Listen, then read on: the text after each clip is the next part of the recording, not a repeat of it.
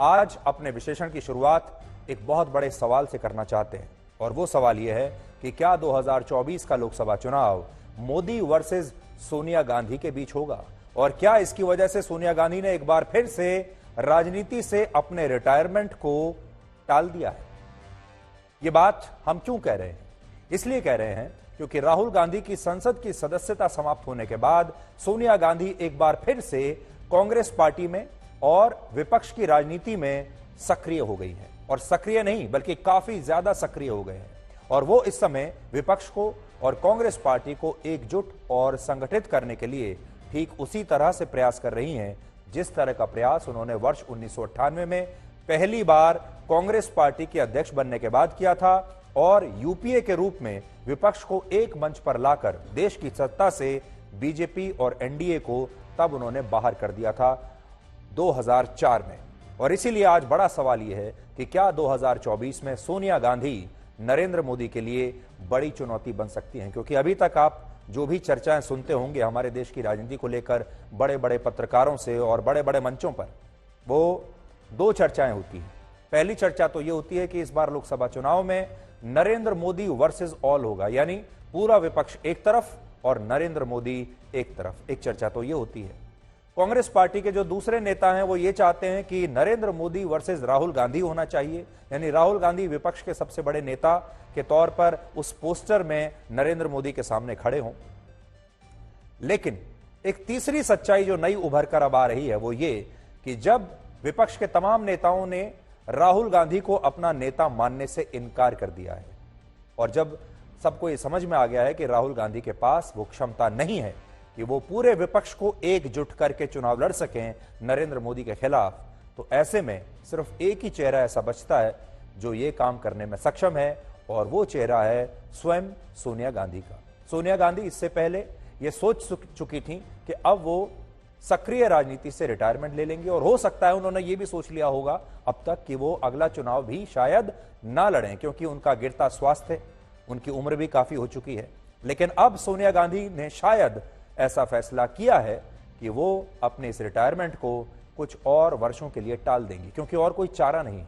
इस समय सोनिया गांधी लगातार कांग्रेस पार्टी और विपक्ष के नेताओं के साथ बैठकें कर रही हैं। वो बैठकें जो अब से कुछ दिनों पहले तक वो नहीं करती थी, वो सक्रिय नहीं थी, सब कुछ उन्होंने राहुल गांधी के ऊपर छोड़ दिया था। और आज भी उन्होंने संसद भवन में एक बैठक की अध्यक्षता की है जिसमें राहुल गांधी के मुद्दे पर चर्चा करने के लिए कांग्रेस पार्टी के सभी सांसदों को बुलाया गया था। ये सीपीपी की बैठक थी, यानी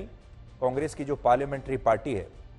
संसदीय पार्टी कांग्रेस पार्टी की, उसकी बैठक थी। और जो कांग्रेस पार्टी की संसदीय पार्टी है कांग्रेस की, उसकी चेयरपर्सन स्वयं सोनिया गांधी ही है। और सीपीपी का मतलब जैसा मैंने आपको बताया कांग्रेस पार्लियामेंट्री पार्टी है। आज उसकी बैठक हुई और बहुत दिनों के बाद सोनिया गांधी इतनी एक्टिव नजर आ रही हैं, इतनी सक्रिय वो नजर आ रही है।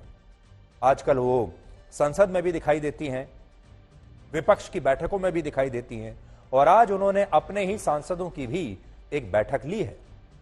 इस बैठक में यह तय हुआ कि कांग्रेस पार्टी गौतम अडानी के मामले में जो ज्वाइंट पार्लियामेंट्री कमेटी बनाने की लगातार मांग कर रही है, उस मांग को लेकर सरकार पर लगातार दबाव ऐसे ही बनाती रहेगी। यानी गौतम अडानी का जो मामला है उसे कांग्रेस पार्टी अगले चुनावों में लेकर जाएगी और इसे बहुत बड़ा चुनावी मुद्दा बनाएगी और लगातार संसद में यह मांग उठाती रहेगी। इसके साथ ही राहुल गांधी के मुद्दे पर विपक्ष को संगठित करने का काम भी कांग्रेस पार्टी अब करेगी कि सारे जो विपक्ष के नेता हैं, विपक्षी पार्टियां हैं, वो राहुल गांधी की संसद की सदस्यता समाप्त करने के मुद्दे पर एक साथ एक मंच पर आ जाए। और बड़ी बात यह है कि ये सारी जो विपक्षी पार्टियां हैं, इन्हें एक मंच पर सिर्फ सोनिया गांधी ही ला सकती हैं और कोई नहीं ला सकता। राहुल गांधी तो बिल्कुल नहीं ला सकते। इस मुद्दे पर 27 मार्च को भी एक बैठक हुई थी जिसमें लंबे अरसे के बाद ऐसा देखा गया जब कांग्रेस पार्टी के निमंत्रण पर विपक्ष के 18 दलों के नेता उसे समर्थन देने के लिए इस बैठक में आए थे और यह सब कुछ शायद सोनिया गांधी की वजह से ही मुमकिन हो पाया था। और यह बैठक कांग्रेस पार्टी के अध्यक्ष मल्लिकार्जुन खड़गे के घर पर हुई थी। अब बड़ी बात यह है कि इस बैठक के बाद से संसद में भी और सड़क पर भी कांग्रेस पार्टी को इन तमाम विपक्षी पार्टियों का साथ मिल रहा है। जिसका एक सीधा सा मतलब यह हो सकता है कि अब तक जो विपक्ष बिखरा हुआ दिख रहा था वो राहुल गांधी के मामले के बाद और सोनिया गांधी के सक्रिय होने के बाद थोड़ा बहुत संगठित होना शुरू हुआ है। और आने वाले दिनों में हो सकता है कि ये सारे विपक्षी दल सोनिया गांधी के नेतृत्व में एक मंच पर आने के लिए तैयार हो जाए। अब ये अलग बात है कि जब ये आएंगे तो ये सारे लोग अपनी अपनी शर्तें रखेंगे और ये सारे लोग तय करेंगे कि किन शर्तों पर, किन टर्म्स कंडीशंस पर ये कांग्रेस पार्टी के साथ आएंगे। लेकिन अगर ऐसा हो गया तो फिर 2024 के लोकसभा चुनाव में प्रधानमंत्री मोदी का मुकाबला राहुल गांधी से नहीं होगा, बल्कि उनका मुकाबला तब सोनिया गांधी से होगा। और इस लड़ाई में एक तरफ 72 वर्ष के नरेंद्र मोदी होंगे और दूसरी तरफ 76 वर्ष की सोनिया गांधी होंगी। अब आप देखिए, जो हम बड़ी बात आपसे जो आज कहना चाहते हैं वो ये कि 76 वर्ष की उम्र में सोनिया गांधी का स्वास्थ्य पहले से ही खराब चल रहा है और उन्होंने 2012 के बाद, फिर 13-14 के बाद सोचा तो यही था कि अब वो धीरे धीरे सक्रिय राजनीति से अपने आप को अलग कर लेंगी और अपने बेटे राहुल गांधी को पार्टी चलाने के लिए आगे बढ़ाएंगी, राहुल गांधी को प्रमोट करेंगी, जो उन्होंने किया भी और उन्हें पार्टी अध्यक्ष तक बना दिया। लेकिन जब राहुल गांधी ये कोई भी जिम्मेदारी नहीं निभा पाए और फिर आखिर में ऐसी स्थिति आ गई कि कांग्रेस पार्टी को गांधी परिवार से बाहर का अध्यक्ष लाना पड़ा,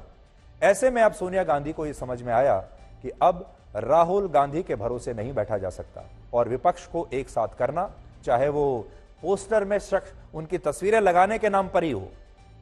यह काम अब जरूरी हो गया और यह काम और कोई इस समय नहीं कर पाएगा। और देखिए, एक जमाने में शरद पवार, जिन्होंने सोनिया गांधी के विदेशी मूल के मामले पर कांग्रेस पार्टी छोड़ दी थी, आज वही शरद पवार उसी गांधी परिवार के सबसे बड़े सलाहकार बने हुए हैं और वो गांधी परिवार की बहुत मदद कर रहे हैं।